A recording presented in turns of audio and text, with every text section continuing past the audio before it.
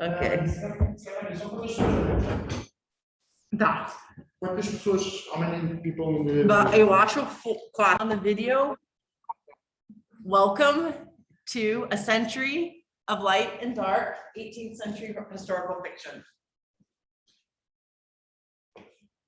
Okay, just a small thing. The audience here is totally Portuguese, but we have to speak English. Nós temos que falar inglês porque estamos em contato com Nova York. Mas quando houver perguntas, when you have questions, we will translate. No problem. Well, I'm just here. I'm not a literary critic. I'm just a reader. And as I was swimming at the swimming pool, this is to make you envy New Yorkers.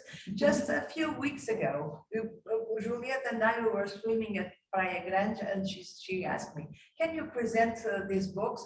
And I said yes. So here I am, welcoming you and inviting you to know the works of these two ladies, outstanding works. Having something in common, which is the 18th century. Julieta did something, I think it's extraordinary, because she invented a link between two figures of the 18th century, who was Abate Correia da Serra, who was a botanist, a scientist, and Leonor Fonseca Pimentel, who was a heroine who died for liberty and beheaded in the port of Naples.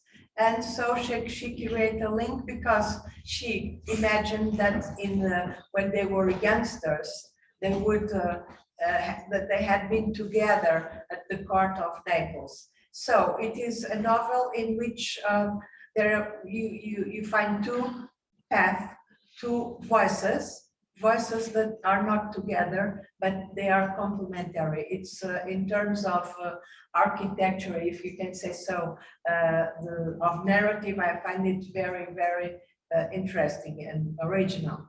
And now we have Stephanie. Stephanie, she's an artist, and it's through her artistic eye that she fell in love with the azulejos, with the Portuguese tiles.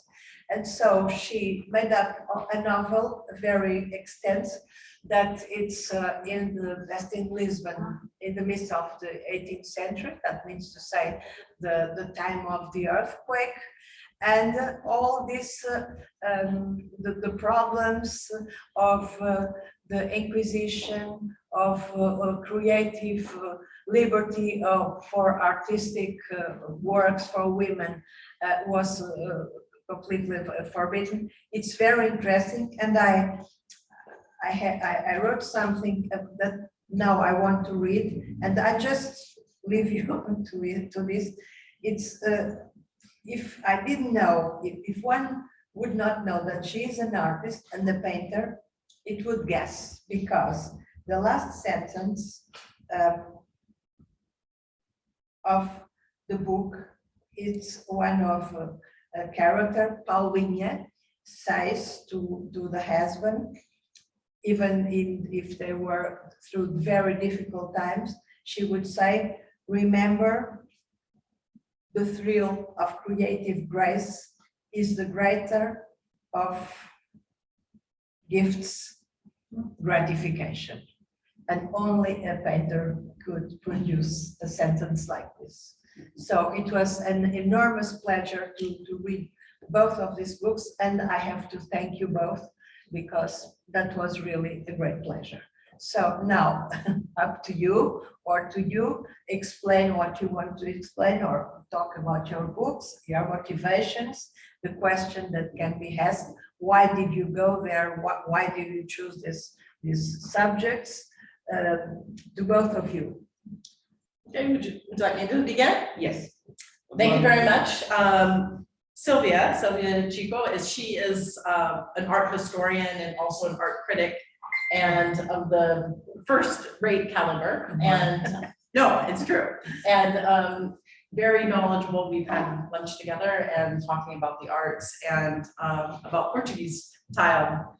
And So the inspiration for my novel, Cut from the Earth, came from actually tile work that I came across while I was in the Peruvian Amazon.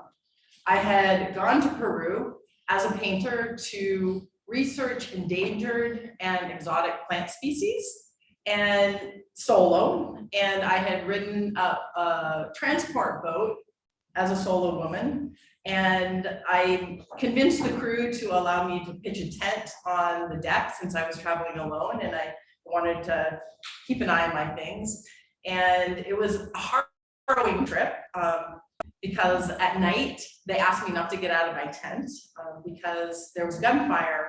People were trying at night, raiders were trying to get onto the boat, but in the morning, in the daytime, I would, be watching all the forest and not knowing at this point that everything that I was seeing was secondary growth. This was all the hardwoods had been removed from European countries and brought here to Europe. But I didn't know this at the time.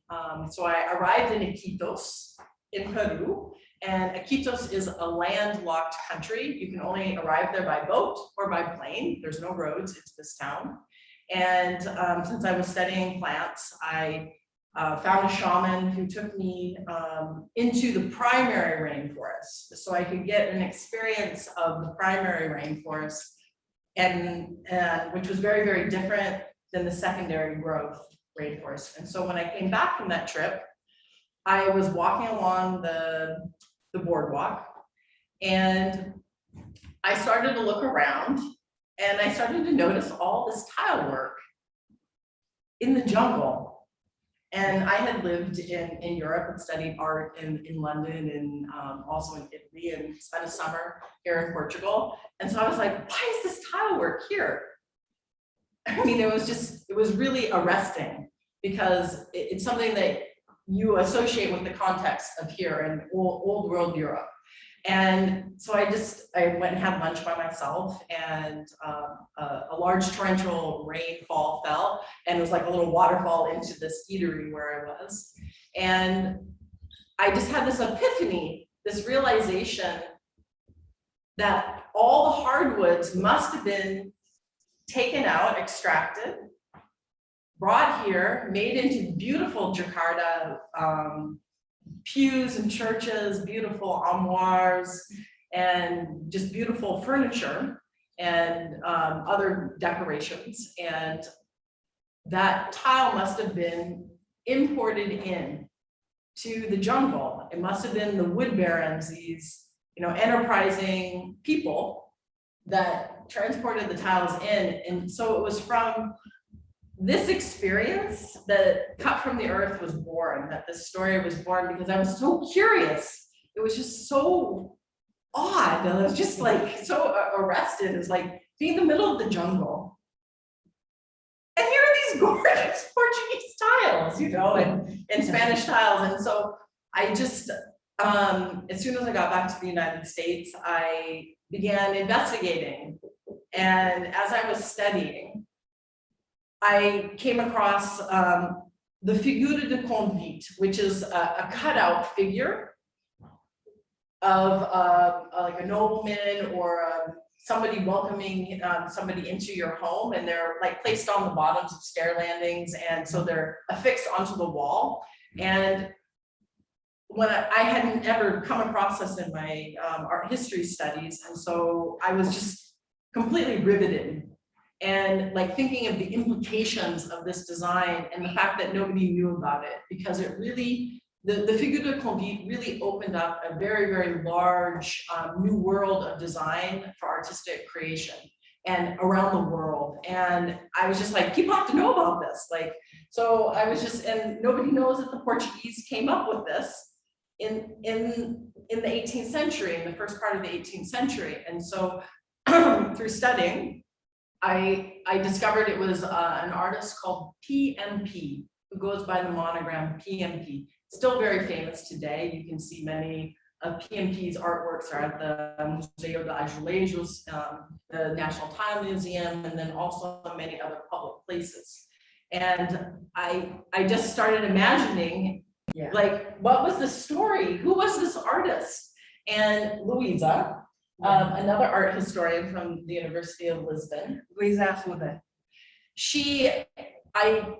her name kept coming up. And so I started, She made a thesis, not PhD, but master's thesis about figuras de convite, because her father is a very big collector and he has all this, she had that in her house, you know, and this is very common. This PMP died during the 30s. He didn't go until the earthquake, but he left the mark. So you build up your character from the mark. well, I hadn't come across that information because it's from my conversations with Louisa, it's actually a mystery of art history, really about who was PMP. There's some thought that possibly it was a padre who ran a large town making shop. That's the last news that I have.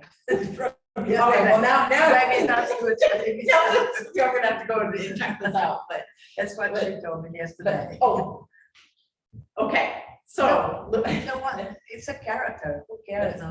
So I imagine the story about who was PMP, and it's not necessarily what you would think.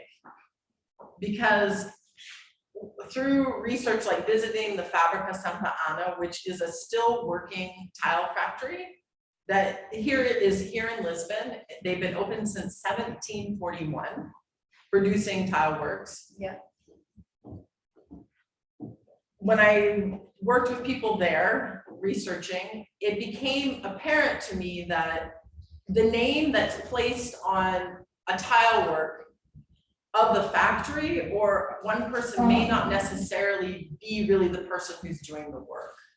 And so as a historical novelist, that really opened up a very large arena to imagine who really was PMP, because I was under the impression that it was ambiguous, it was unclear at this point, really who was this master tile maker.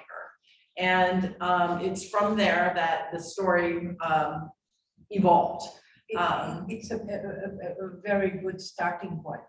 This mystery, it's very good. So, and in doing so, it gave me an opportunity also to create some characters, a female character, who oftentimes women characters and artists, perhaps their work is co-opted and are not given credit for their work, especially in a tile factory type setting.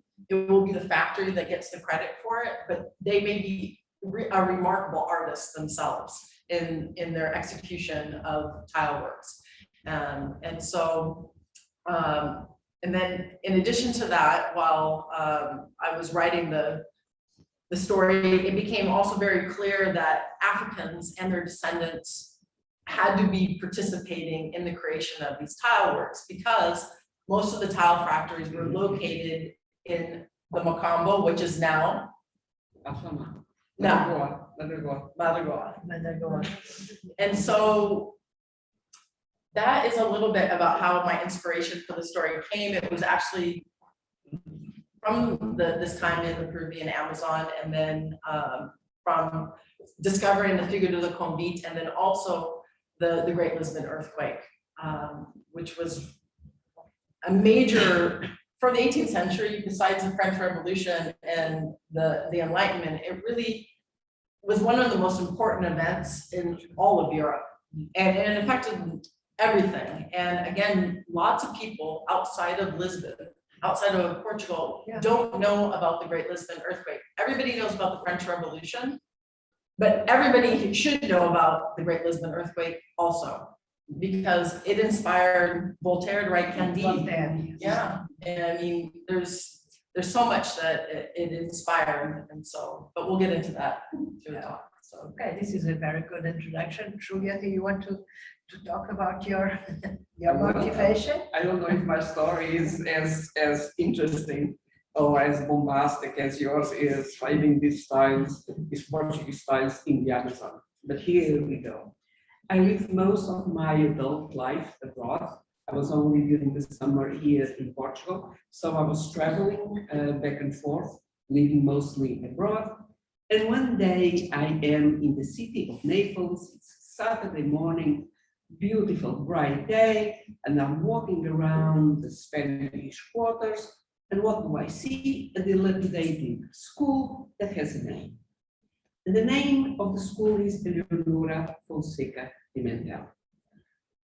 And I said to myself, where am I? You know, I'm in Naples. This is not an Italian name. This is a Portuguese name. Who is this woman? And so after a while, I started researching her life. And I said, oh my God, this is a Portuguese revolutionary woman who dies in Naples in the scaffold in 1799. Wow, this is something that I would like to know more about.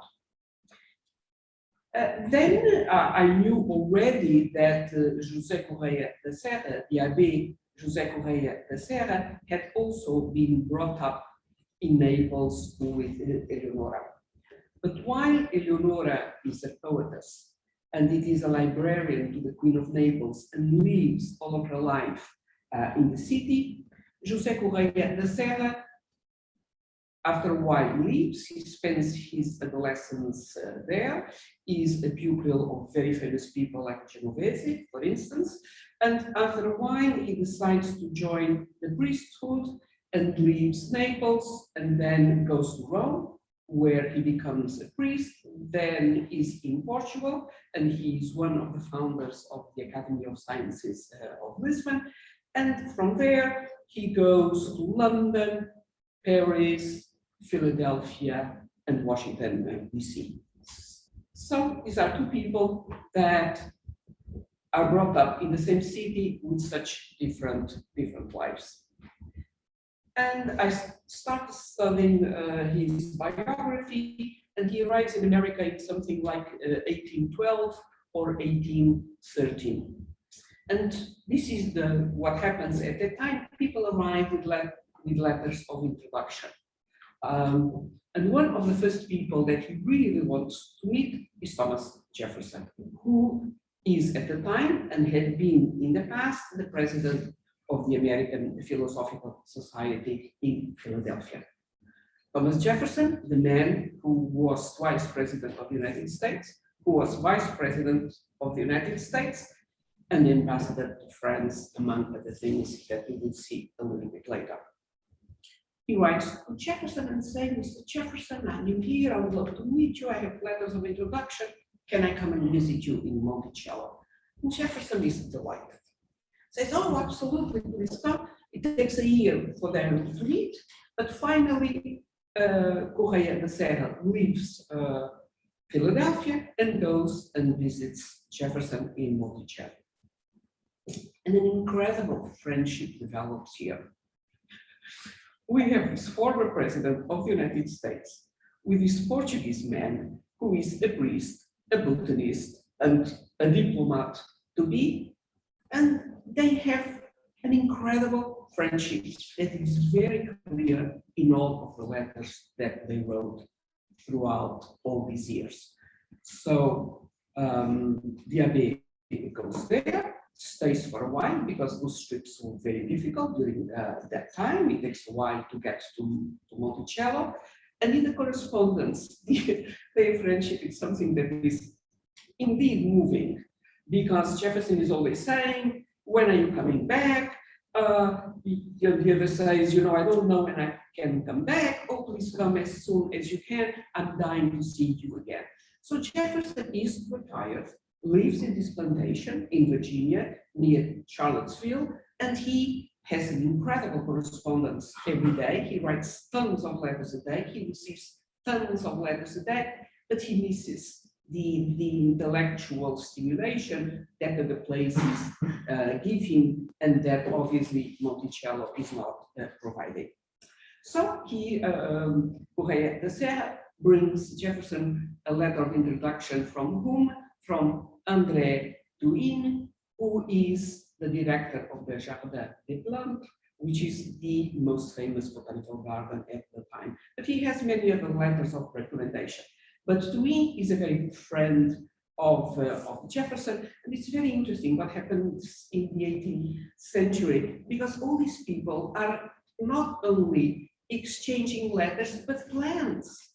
They send plants and they send seeds throughout, the ocean, through different continents. So Turing and Jefferson have been in touch since Jefferson left Paris as ambassador, but they have been in communications throughout all these years because of this exchange of plants and seeds that Jefferson cultivates in his botanical garden. So Jefferson says to Correia da Serra, you know what? I have the project of my life now, which is to found the University of Virginia. This is the biggest, he considers this the biggest accomplishment of his life. In fact, it is not, but he considers this the biggest accomplishment of his life. And he says, I am writing the statutes. I need your help because you helped writing the statutes of the Lisbon Academy of Sciences.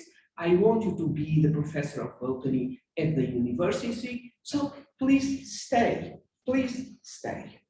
And Correia da Serra says, well, yes, we have to see. I am waiting for news from the kingdom, my kingdom, the kingdom of Portugal and Brazil, who at that time won. And he says, I don't know if I can accept the job because I might become an ambassador from the kingdom of Portugal and Brazil to the United States. And Jefferson says, you are a botanist at heart. I am going to convince you. So this is the conversation that they have. What did I want to do with my book? I wanted to map these lives. I'm totally fascinated by biography. So I wanted a chronology of these lives. I wanted to understand what these people did with their lives.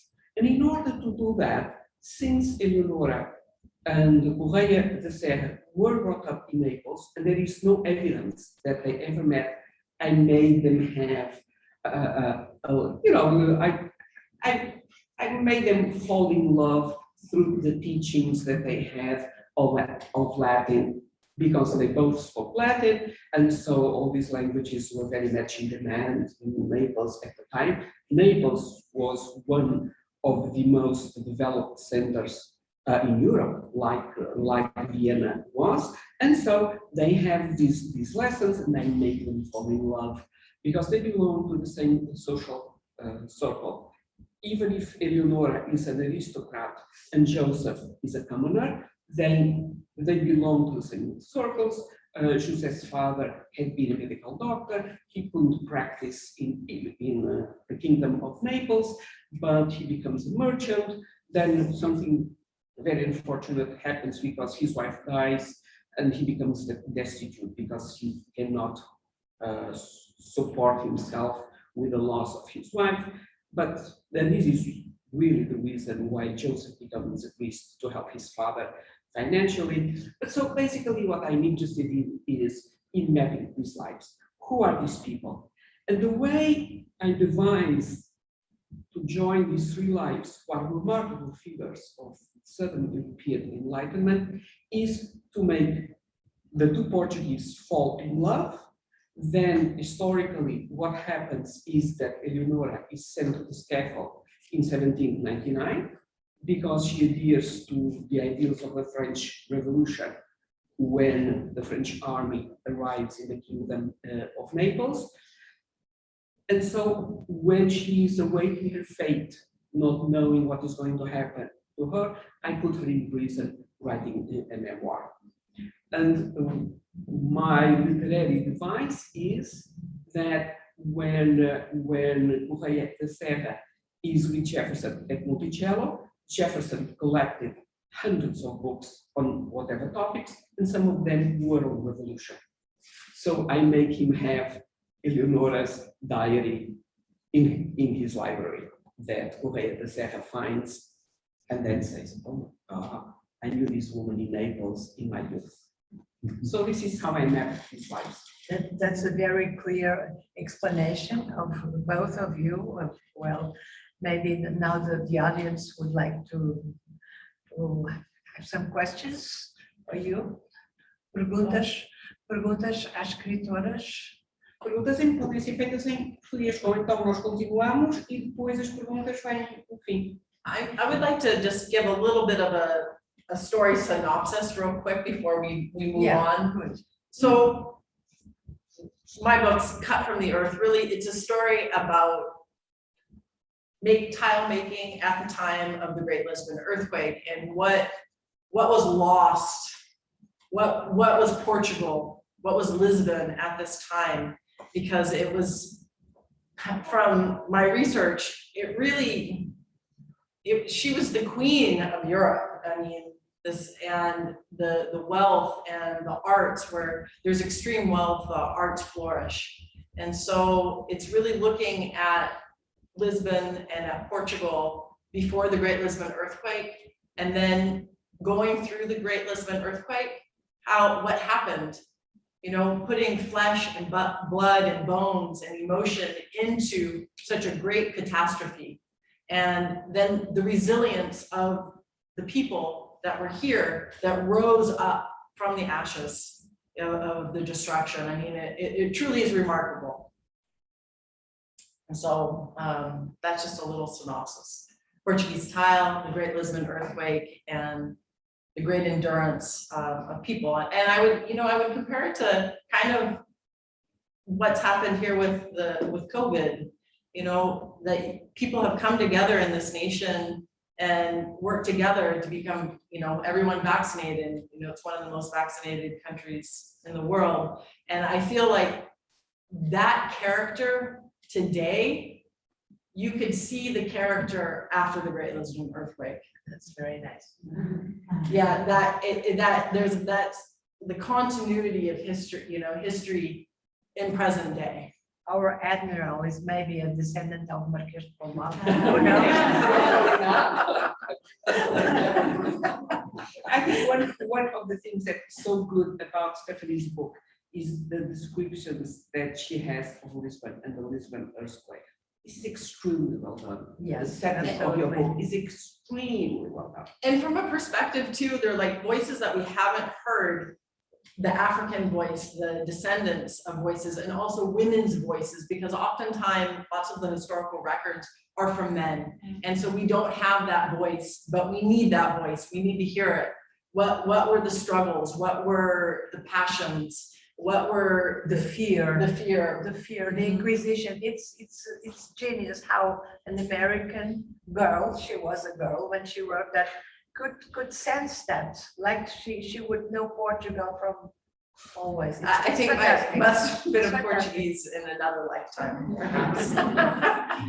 No, but describe a little bit more what the head of this factory does. I think you should describe that, because what he's trying to do is basically free some slaves and bring them to work in his factory. Why don't you go into that? So the secondary arc of this novel is the voice of Africans and their descendants and their contributions to the tile making trade, and what were their passions and struggles. And so the protagonist, his name is Pero, and for the PNP, and his wife is Paulina. And so again, PNP, there's a way that I could bring both of these two characters under that monogram of PNP. And Pero and his wife have worked a lot to help free, with the proceeds from their tile making factory, to release the people that work for them, to honor their freedom, and to assist them in liberating themselves in addition. And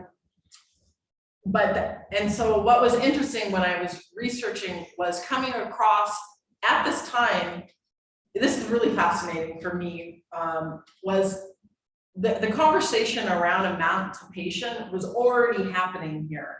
And this is 1750s, and whereas in the United States, it would be 104 years later. Everywhere in Europe, the earthquake brought us modernity, so to speak, in the way of building. But it was even Designing. before though, that's the thing, that from the historical records that I've accessed, the conversation was already alive about manumission, about emancipation of people. And so you have this really dynamic community. You had the Blacks of the Rosary, which originated here in Portugal, but is still alive in Brazil today. And that's actually where I was able to get a lot of research information was from Brazil around the Blacks of the Rosary. But you had this climate where some people were bound, so they were enslaved, but other people were free, and everybody was coexisting together. And color didn't come into the equation. It was around power and commerce. And so it just really struck me to encounter a people and a culture that the conversation around this issue was already on the table in the 1700s.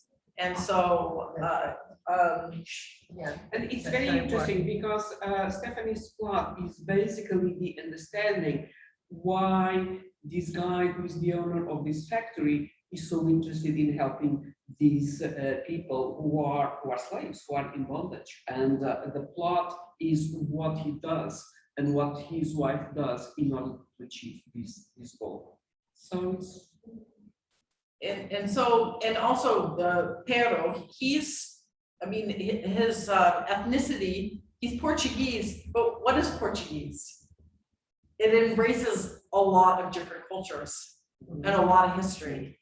It's a melting pot. Portugal is also a melting pot. Yes, and so his olive brown skin, I'll leave you to, decide his ancestry. And so that's a little bit about the setting and the social climate, but the economic climate was really, Portugal was very extremely wealthy at this time. Yes. And Well, okay, let's not talk about that. I could go into my settings. Let's not talk about that. I have a question, and I apologize, I did not get your name because I came in late. I have a question about how you handle any kind of slavery in your book.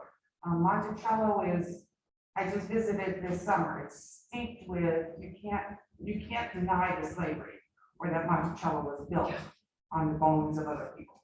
Yeah. It's very, very strong, and yet you have this priest visiting Monticello, and an enlightened man at a time when Portugal and Europe had given up slavery, and yet, we were still struggling with it in the United States.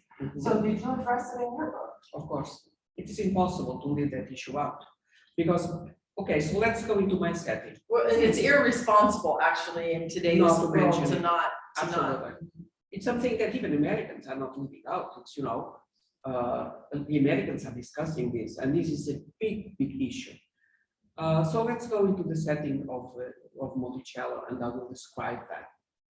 This is a manor house in the state of Virginia near Charlottesville. And they have done an incredible job with the reconstruction of Monticello, and the website is outstanding. Virtually everything that you want to discuss about Jefferson is there. And I have visited Monticello several times, and one of the times was with this friend who is here. So we have a manor house that is a plantation. And we have Thomas Jefferson, who is the owner of this plantation and this manor house, and is surrounded by other plantations that belong to him as well. Who lives there? He's a widow. He's retired, and so he's there on a permanent basis. And his daughter, Patsy, is with him, and her husband and the children. And there are many children, some of them die, but that she has many children, around 10, around that. And these are white people surrounded by blacks. During his lifetime, Jefferson had 600 slaves. And these slaves were inherited when he married his wife. So he has a first wife, then he becomes a widow, and he goes to Paris as ambassador. He loved her, more or less to forget her. He goes to Paris as ambassador, he stays there for 4 or 5 years. And so the first slaves that Jefferson acquires are the slaves that he gets when he marries this woman, Martha. And this is an incredible paradox, because Jefferson wrote, in my opinion, one of the most fascinating documents of human history, if not the most fascinating one. Let me just say the words. I have him here.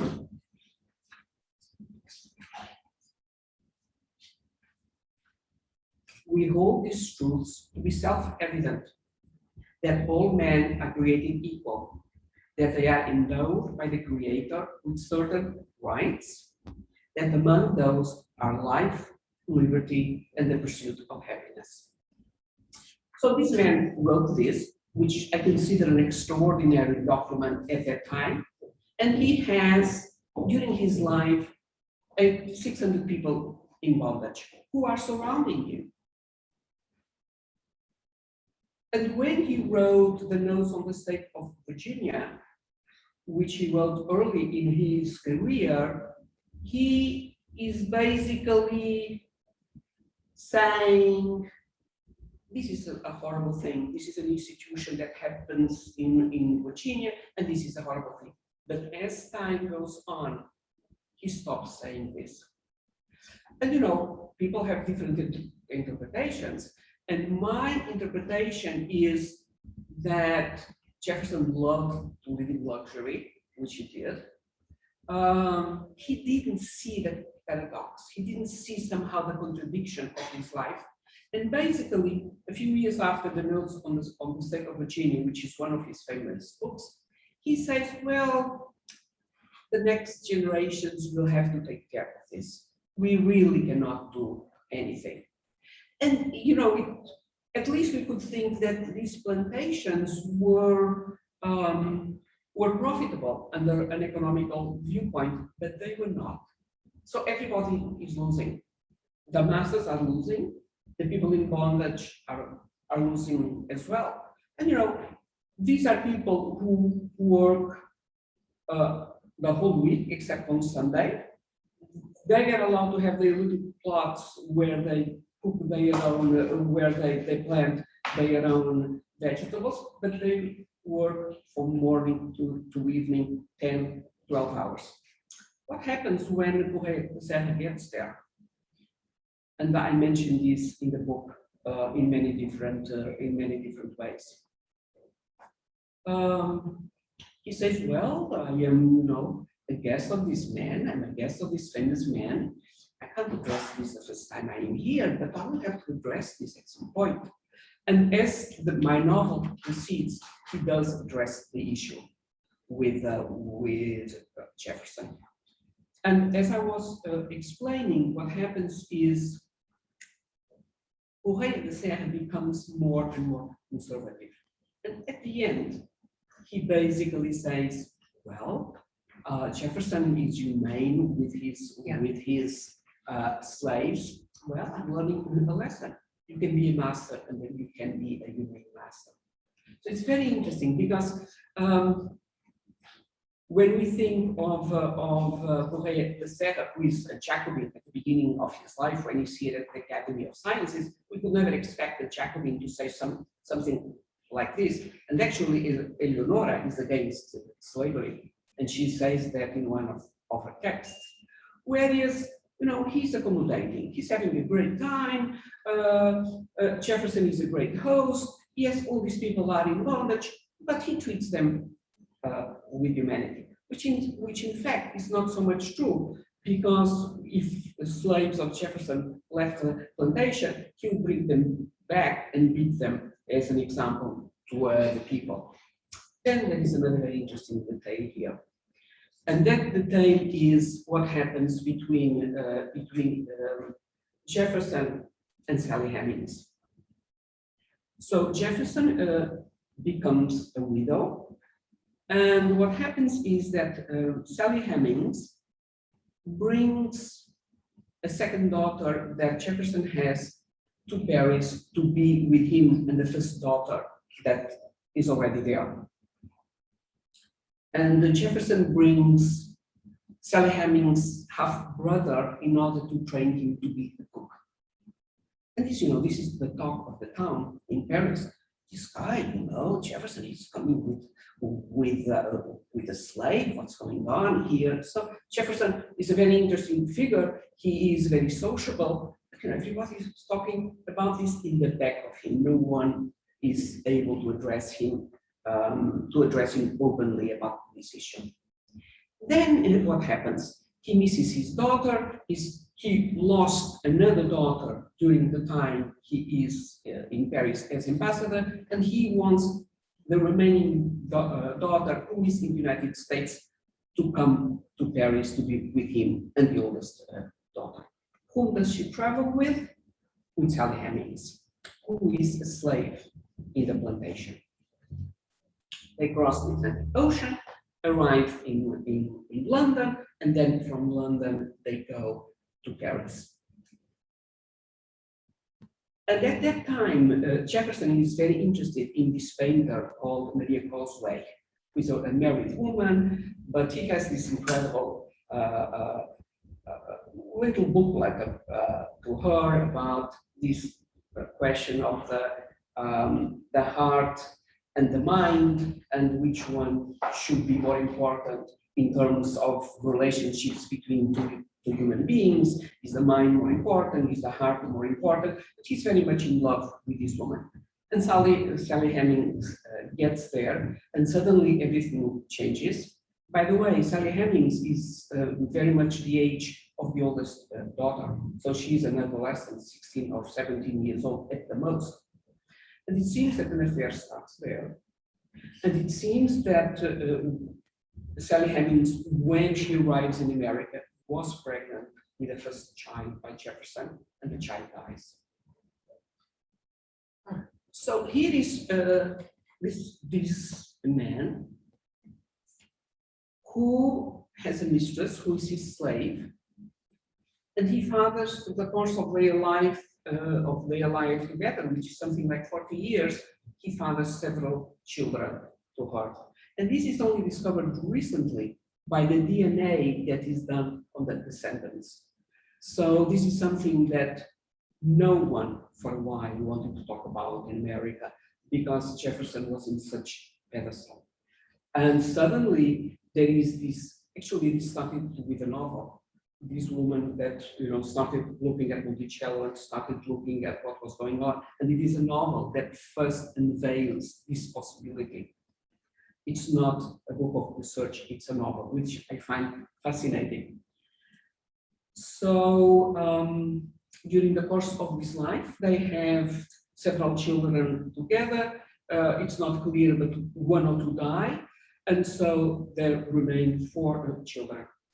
2 of them leave the plantation during Jefferson's time. They disappear, and he doesn't do anything. So he lets them go. Whereas with all the other slaves, you would send guards to bring them back. And then when he dies, he frees 2 of them in his last will. But you know what happens after Jefferson dies? A few weeks after he dies, all the slaves are auctioned in a public auction in Monticello. We are talking about 100 people, because he had so many debts that part of the debts were paid by the profit of the slaves, of the selling of those slaves. And it's fascinating, because he does not free Sally Hemings, but she does not need to be free. And he does this to disguise what goes on, in my view. He doesn't free her, but Patsy, the daughter, who is impossible that she doesn't know what's going on after 40 years of a life in common, it seems. Patsy says, oh, my father says that you can go. you should stay around here, your children can be with you, we will figure out a way for you to have a house and stay around. And she doesn't. And she dies close by in Charlottesville. So this is public knowledge now. And it took a while for even the website of Monticello to acknowledge this, but it's no one denies this in America. The one who is this, Julieta, the one who is this denies. now we have a recent news about that. Nowadays, I heard that in the CNN like 2 days ago. What's happening towards Jefferson and slavery. Now, they are like putting down a statue or something like that.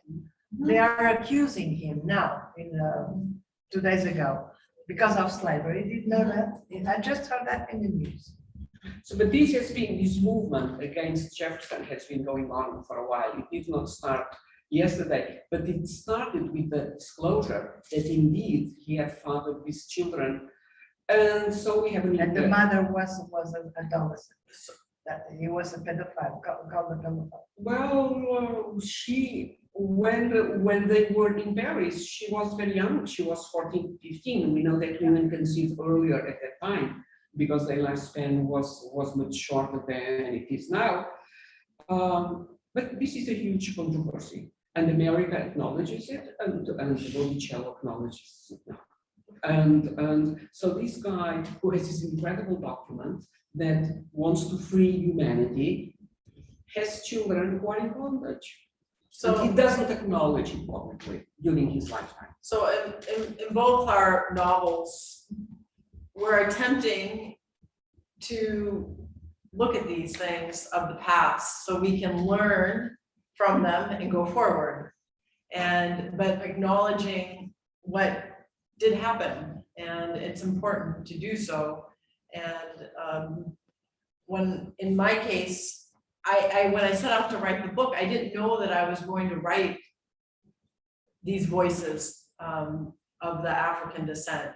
But it became very, very clear that I needed to. I had to, because the tile factories were all located in this neighborhood, which was a mix, but it was predominantly the Black neighborhood. And so it really asks you to look into things and research and to think and reflect about those voices. And they're voices that we haven't heard, but they desperately need to be heard, and the time is now. And so, we try to take from the past and to learn from it so we can all go forward. In Monticello, as you probably saw, there is now the quarters where Sally Hemings lives. You saw that, right? Yeah. And actually, she's in the most beautiful part of the plantation, in my view. And the Jefferson could see her little hut when he was in his study, because it's directly across. Okay. So, any questions, perguntas? I would like. Go ahead. Tirar máscara. Posso virar? I read a very important book, The Invention of Nature. And when I was listening, I remember that book in all aspects. It's from Alexander Humboldt, and it was fascinating as well. Your book and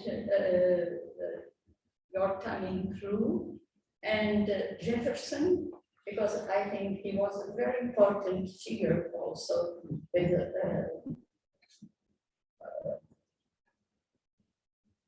his friendship with Jefferson. Yes, and Correct. It was him. Yes, both of them were very good friends with Humboldt. É que é um livro fascinante e faz a ponte entre os dois discursos. Good. No, it's amazing how these people love nature in the 18th century. I'm fascinated by this concept. And in my novel, I have a lot about that. They go to the countryside on walks and they discuss this and they discuss the other. And Jefferson is very interested. He has a lot of care for his vegetable garden. He has every day 100 slaves working on his vegetable garden, and he creates all these species and he mixes up the Spanish tomatoes with the other tomatoes, and he has all sorts of different vegetables. So all these are experiments in nature, and they are fascinating experiments in nature, fascinating. And both men, and this is why Jefferson was so interested in Correia de Serra, is that Correia knows about botany and can explain to Jefferson, how to go about this seed and about that plant. And they planted trees together in Monticello to solidify their friendship. So nature really plays a wonderful role in this. And even before, the last phase of Louis XIV, the King of France, much earlier, he was also experimenting everything about plants. And with this gardener, with this famous gardener, it's something that it comes to the Western culture, that it's very much developed in Orient, and also in Germany. In Germany, they have wonderful philosophical gardens. Can you imagine something called a philosophical garden? It's really, and with a connection with Orient. So it's something that it's really gaining. And it really influenced the arts also, both these things. Yeah.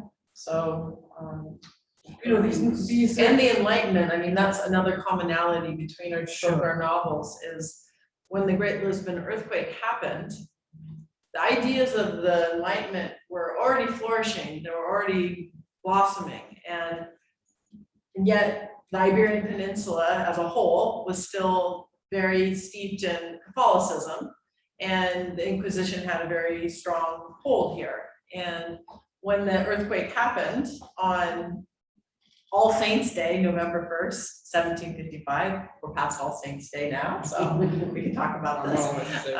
We survive. That it really brought these different schools of thought and what is the role of God and reason. And they were forced together to really look at the ideas of the Enlightenment and the role of God. The Great Lisbon earthquake was a huge catalyst for philosophical thought throughout all of Europe. A phenomenon of nature, and how does one deal with this? This is again, these were all these people were naturalists. They were not botanists, but they were all under the heading of naturalists. They looked at nature, they looked at earthquakes, and other things. And the Great Lisbon earthquake, it really affected, it reached all corners. It was Ireland, up in the Scandinavian countries. It was far reaching. And so it was just a very dynamic time and a very, very important historical event that deserves to be better understood and known. And that's what I hope to do with this novel, is to bring light to that climate of what was here, what was going on, and the importance of this event, and also the incredible things that came out of it also afterwards, but that's for the next book. So book 2 of the series. So Okay. I have one question for you, Stephanie. I love this question, and I like to ask this question to different people. What did you leave out in your book that you would have liked to have included, and that you couldn't put in? Oh, so every author comes to this point where you have to cut your darlings. I think that Stephen King is the author that said that. For me, there was a scene where Paulina and her 2 daughters were leaving on All Saints Day, leaving their home in the center of the Basha, and going to St. Anthony's Chapel. And it was there were all these fantastic encounters with different people, different social groups, and I had to cut it. And so I don't know, I have the idea, perhaps maybe I should write the whole story, all from the perspective of Paulina, the female perspective, the same book, because That would be altogether another book, because she has struggled with the Inquisition. Why don't you mention that? yes, and so that's one thing that I had to cut, was this great, just showing kind of some of, and it still exists today in many places around the world, just how sometimes so we can be petty, you know, we can just be kind of biting and cutting little groups of people clanning up it together, and there was a scene of some. But there is the final sentence really of liked. your book is very positive and very optimistic. It's like art saves you from. Yeah, art endures, and especially tile works. That is for Isabel and you. You know, Both authors. it's what, I think it is the most enduring form of art besides stone, you know, stone and tile. You want to be around forever? Stone and tile. No, it's really important in Portuguese visual culture, even in the 20th century, and painters like Vieira da Silva, she would look to the lights reflected on the facade in Lisbon, and this reverberação da luz is something that it goes to her painting, you know. This is very contemporary. Can I mention what I left Yes. out in my Yes. novel that I would love to have been included? Can I mention that? Yeah, please do, please do. So I was describing the setting of Monticello, but my other setting in the novel is the Kingdom of Naples. And so Eleonora is librarian to the Queen of Naples. She's a poet, and she's librarian to the Queen of Naples, Carolina. And I was fascinated by what happens when Emma Hart arrives in the Kingdom of Naples. Does anyone know who Emma Hart is?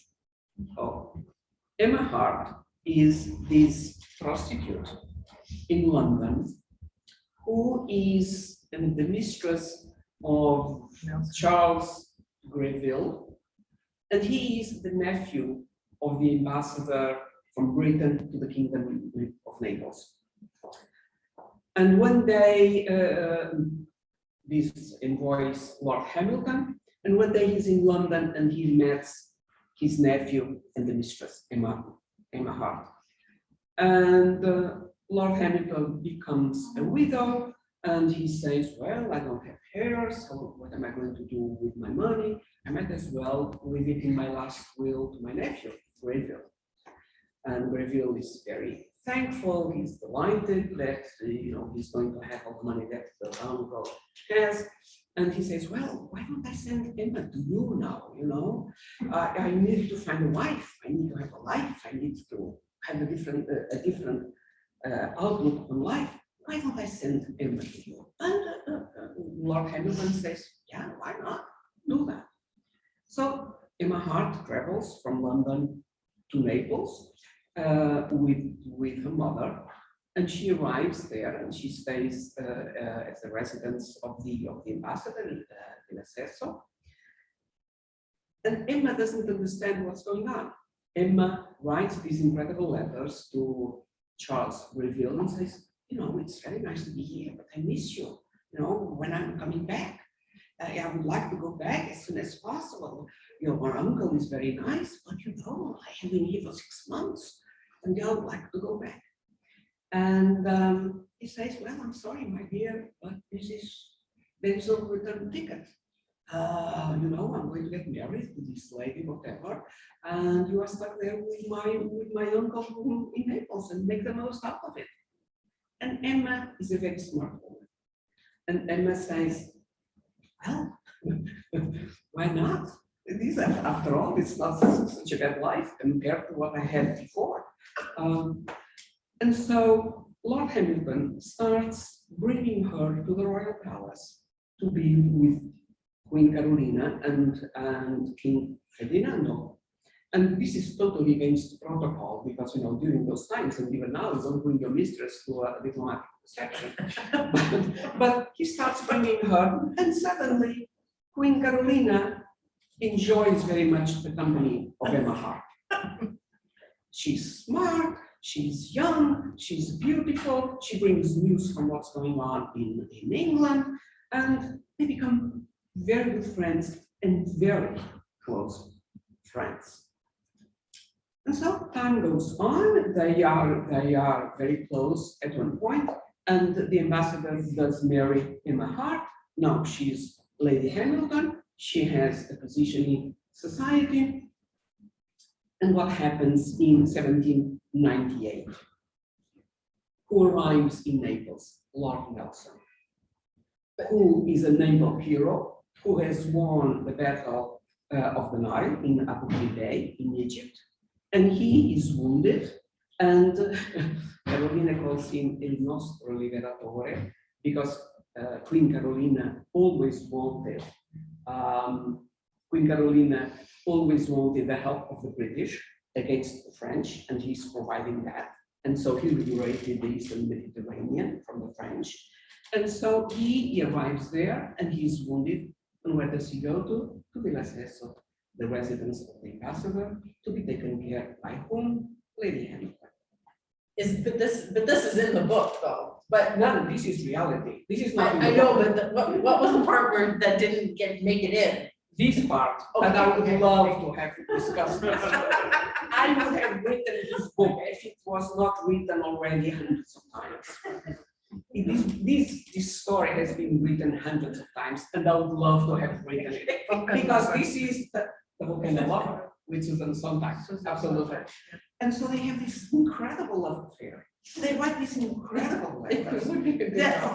The hero of the Nile is completely enthralled by Emma. And you know, it's very tragic what happens at the end, because these three figures are responsible for the death of my Eleonora. And so it's very tragic because Emma Hart and Queen Carolina are very good friends. Lord Nelson becomes, she becomes his lover, and they both decide what, the three of them decide what is going to happen to Eleonora, and Lord Nelson is the one who executes the plan. Because she is ready in the Bay of Naples to leave, to go to exile with the other revolutionaries in the defeated Napoleon Republic. She's ready to go, and he takes her out of the boat. He sends orders to take her out of the boat, and this is how eventually she is executed.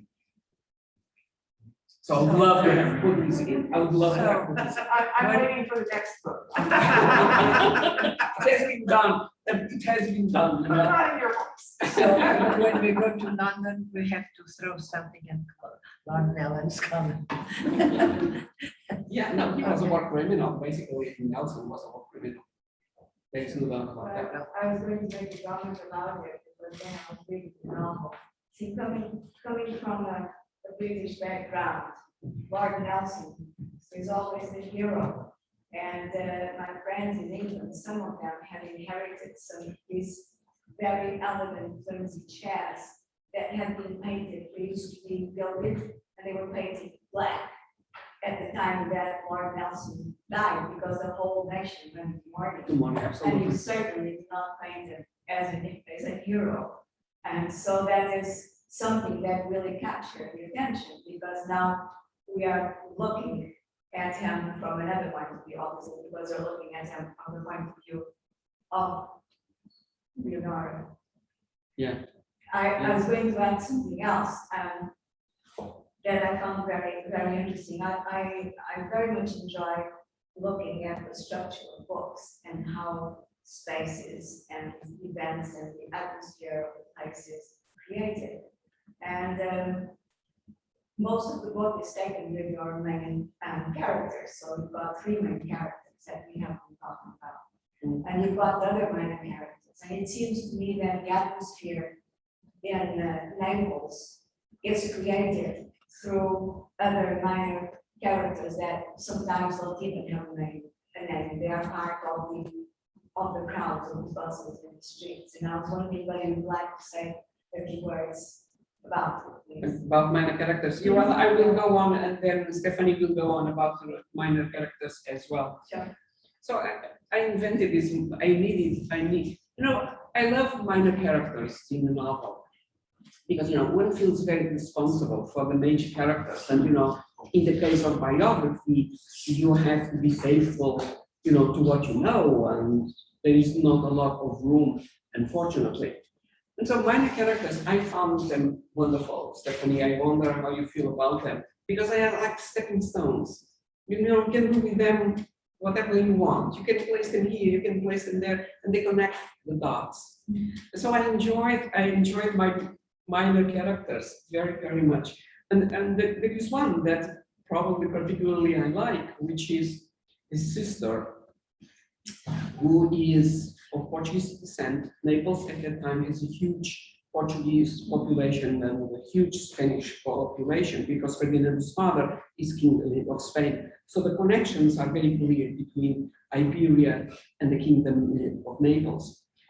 And so I created this nun who I had to make her appear in the novel early so that she becomes a friend of Eleonora. So when Eleonora is a librarian to the queen, I make her come to the palace to ask for books, catechisms, to give the rudiments of literacy to the women who are in prison. No one knows how to write. They sign their name with a cross. And so this sister has this idea, let's bring a little bit of literacy, have some people come and teach the women at least to write their name. And so I bring her early in the novel so that she becomes a friend of Eleonora, who is delegated by Queen Carolina to deal with her. And so they are in touch, for many, many years. And then when Eleonora is arrested and is in prison, she is the head of the female section of the prison. And I just invented the name, Almeida della Valle. And she realizes what's going on. And she realizes that Eleonora is in jail, but she might be dead in a few weeks. And so I have this scene that I enjoy, in which she brings discreetly into the cell. She brings a little desk and a little chair, and the desk has a compartment, a secret compartment.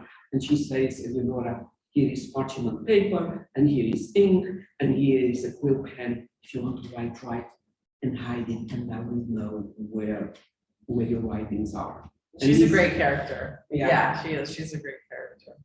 And so this happens. So when Eleonora is during the night to be brought to the scaffold, then the nun is the one who takes her diary and sends it to France. Right, and that's what I was going to get at. Is minor characters have a purpose. They're not just there as fodder. They're serving a purpose within the story.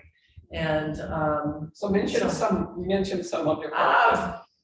Like when Pero is going to the Fabrica on All Saints Day, which he is not supposed to be doing because it's a important Catholic holiday, you don't work, but there's a crisis that's happened and he has to handle something. So he's off to handle it. And I think he was a hat seller and he was just sitting outside his shop and it's all closed up, and he makes a comment like that.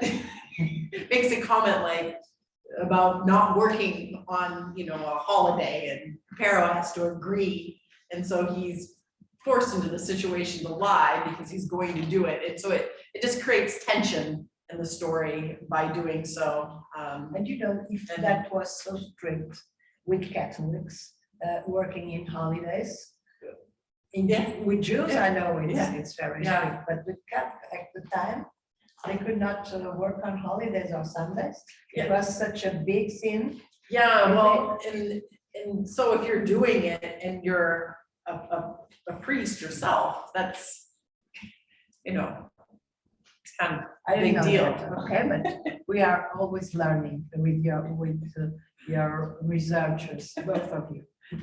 But minor characters do serve a purpose, and they also create a situation where in the future, perhaps you write another novel based on a minor character and can spin off into a whole new story world. And so I have quite a few I have a couple that there's also a nun in mind, and perhaps she will play a much bigger part in the next story, or perhaps she'll get her own book at some point. What about And- flaws? and- What about flaws in your characters? Oh, a good character has flaws, don't we all? We all have flaws, Yeah. so. So describe some of the flaws of your characters. Well, my protagonist, his flaw, which is that he doesn't have, he's the inability basically kind of to say no, the sacred no. Like, you need to pay your bill now instead of extending credit, but that becomes a flaw. It puts him in a financial crisis, which propels the story forward, where he has to continue to take more risks because he's unable to say no. And I think all of us can relate to that at some point in our lives. I call it the sacred no. Like, there's certain things you can't do. Either you don't have time to do it, or you don't have the resources to do it. And it's learning to say no when it's appropriate and healthy. So that's one of my character flaws, and he adjusts it. It gets sorted out towards the end of the story. So the sacred no. Shall I go into the flaws of some of my characters or not? Oh, actually, Well, that's up to you. yeah, If you have time, open up go the ahead. floor and Open for questions. Just one question, Julieta. Did you find evidence in your research that Eleonora ever met Valkyrie da Serra, or is there No, I never did. They were in the same circle, and so it's almost impossible that they hadn't met, but I don't have the evidence. And so this is, it can be considered controversial, but I think it's plausible. And I think historical fiction works with plausibility. Because, for instance, when this book came out about the Jefferson and Sally Hemings, there was no DNA evidence. And this woman comes up with a plausible evidence. It couldn't be so-and-so because the kids are mulatto. And so there was this possibility that maybe Sally Hemings' children were from one of the Clark brothers, who were nephews to Jefferson. And so she's saying this is not plausible, and she explains why. And the plausibility is, and she goes on plausibility. And this is very much what I did, because what happens is these 200-300 families have to leave Rome at the same time when the Marquis de Pombal expels the Jesuits from the Portuguese territories. The papal states retaliate and expel the Portuguese community from the Vatican. And there were 200 or 300 families there. wow. And many of them go to Naples. And so the family of Correia da Serra go to Naples, and the family of Eleonora goes to Naples as well. 300 families. It is impossible that they had met.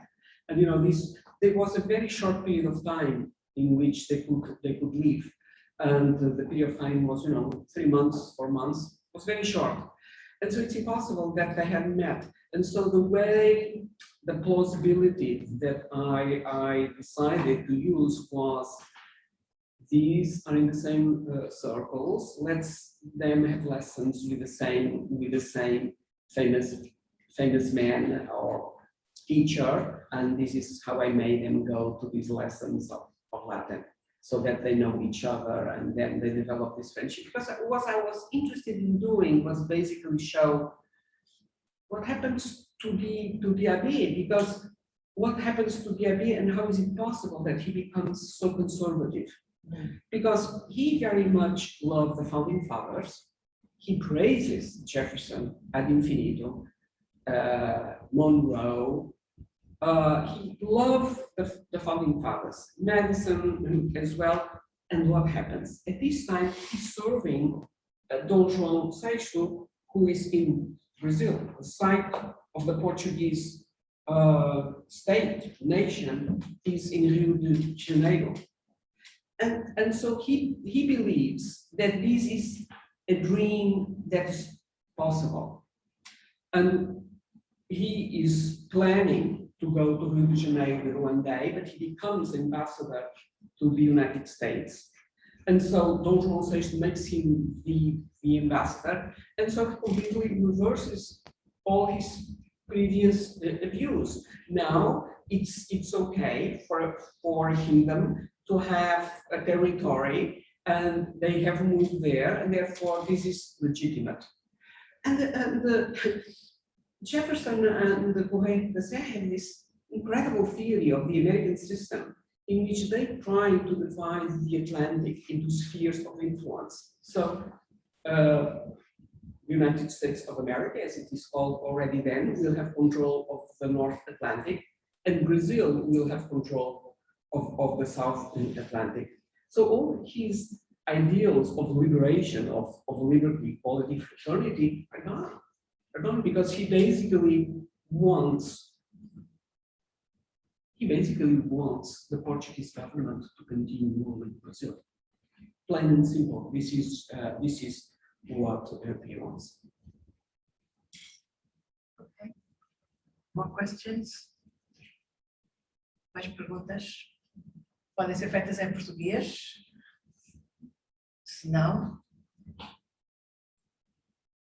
it's up to you. You both. You want to say something more? Well, just to talk about the theme of the talk, the century of light and dark, 18th century historical fiction, and just to touch on a few points. The light of the 18th century within my book would definitely be the artistic contributions of the innovation of the figure de convite, and then just the whole cycle of the masters. It was a extremely exquisite period of time of Portuguese art making and tile works from the early 1700 and then onward into the end of the century. And then in addition, I would also say the diversity that has been in Lisbon and in Portugal would also be a light factor. And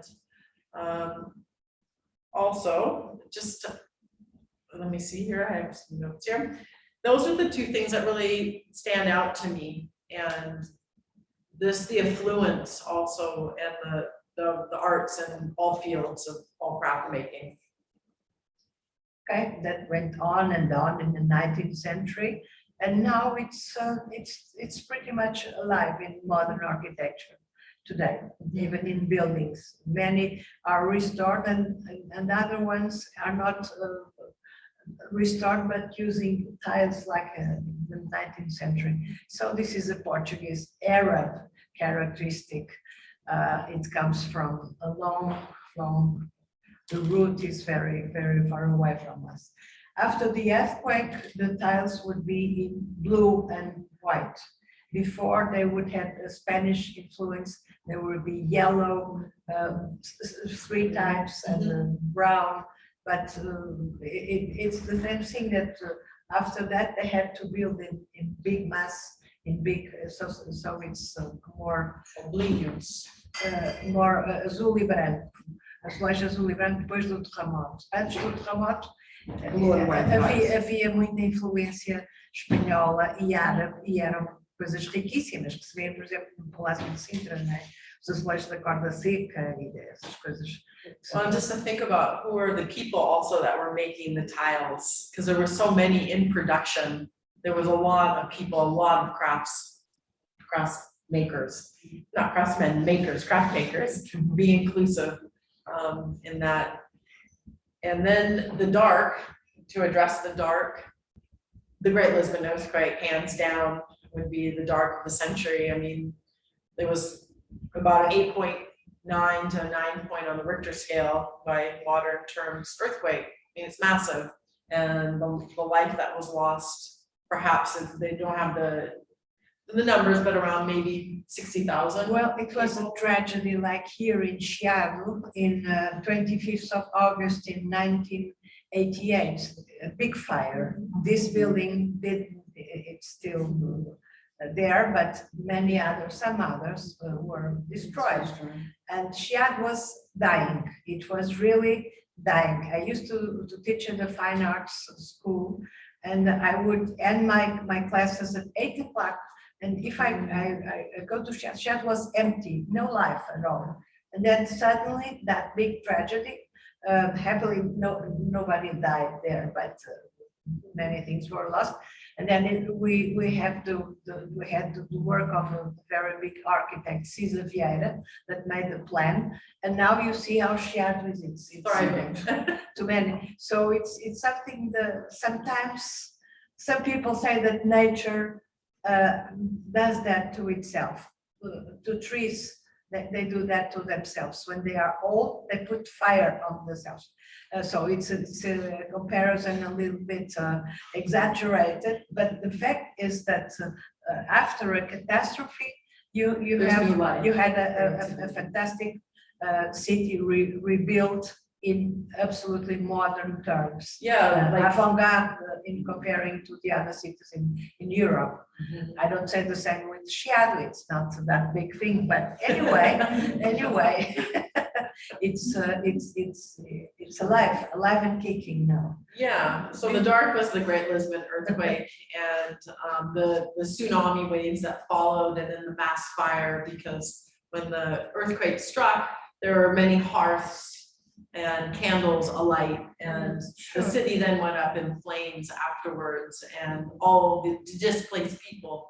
And also there was a huge exodus of people that that maybe perhaps lost everything, and people left for Brazil. So it was extremely impactful. They left for Belém together with the king, because in Belém, even Lapa was not shaking, because it was a rock. It was solid. That's why the king, who was very nervous about earthquakes, lived in Ajuda, and Real Barraca, that means camping. The court was camping for decades, you know? Yeah, that's where Marquês de Pombal developed his personality.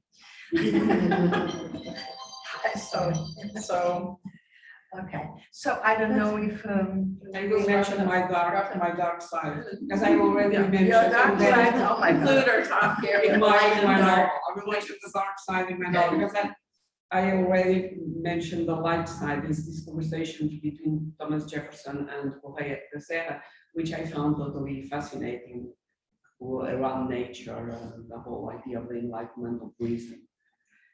So the dark side in my novel is basically what happens to Eleonora, how she asks the court to be beheaded, which is the honorable way to die in the 18th century, and the court denies her that right. This is a fact. She does ask to be beheaded, and she is hanged like the most common of criminals. So I find this very disturbing. And then, you know, we have to think about these women in the 18th century. They lived in arranged marriages. And, you know, once in a while they might work, but can you imagine? So this woman was supposed to marry the first cousin, and she despised the first cousin. She really hated him. And she got out of the engagement. That was a family engagement, because the idea was then, as it's still now, let's keep the money of the family together. So you marry first cousin, because then the money is all within the family again. So she despises this cousin of hers. The mother wants her very much to marry the cousin, and the thing solves. And then the mother dies, and the father says, "You are a spinster, you are 25 years old, and if you don't marry, what is going to happen to you? Your brothers are in the military, and who will take care of you? I am an old man, I'm about to die." So the guy, the father, goes on a search, a long one, to find a husband. And he suddenly finds this husband, who is a lower member of the Neapolitan nobility, a military man, older than her, around 45, a Southern good. And this is the man that this woman ends up marrying. And then it's extremely sad because he mistreats her.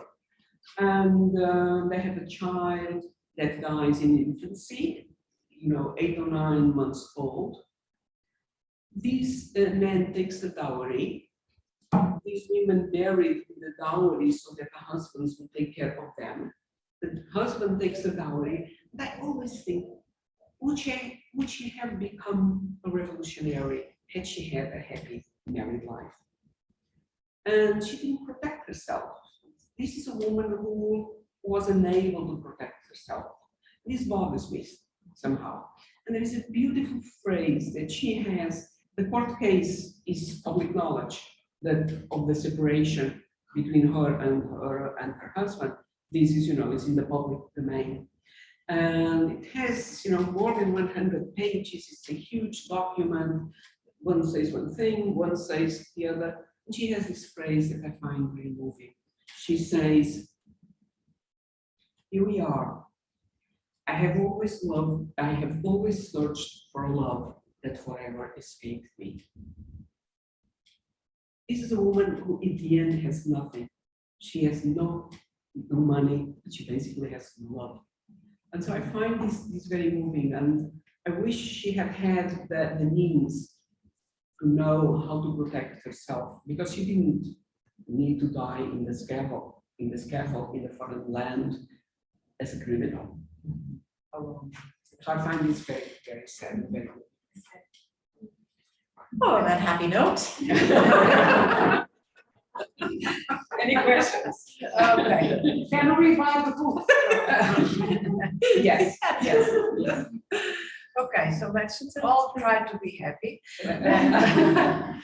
No, but if you have any other questions, just please feel free to approach us and ask us questions. And thank you everybody from all over the world that has joined us here on Zoom. Just gratitude for your presence here with us. And again, if you have questions, where both of us are available to answer questions, just go to our websites. Mine is www.stephaniereneedosantos.com. Mine is my name. It's very complicated to, you can go by the name of the book, it's similar. And I want to thank the Historical Novel Society, New York City chapter for sponsoring us. This was fun. I think we need to go out of New York and do more of this throughout the world. This is a great organization that helps writers achieve their goals. So I'm very proud to be a member Of which we're that both members of, steering proudly, happily members of the Historical Novel Society. So thank you everybody for coming. Thank you, everyone.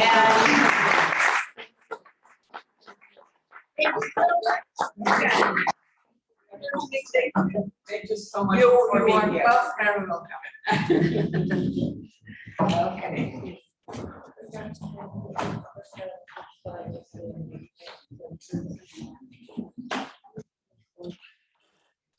Good night, everybody. Goodbye. Bye. Thanks for showing up. Really appreciate your presence here. And we'll have questions too with the Historical Novel Society at a later date. So save your questions, write them down, and Julieta and I will be in touch. Okay?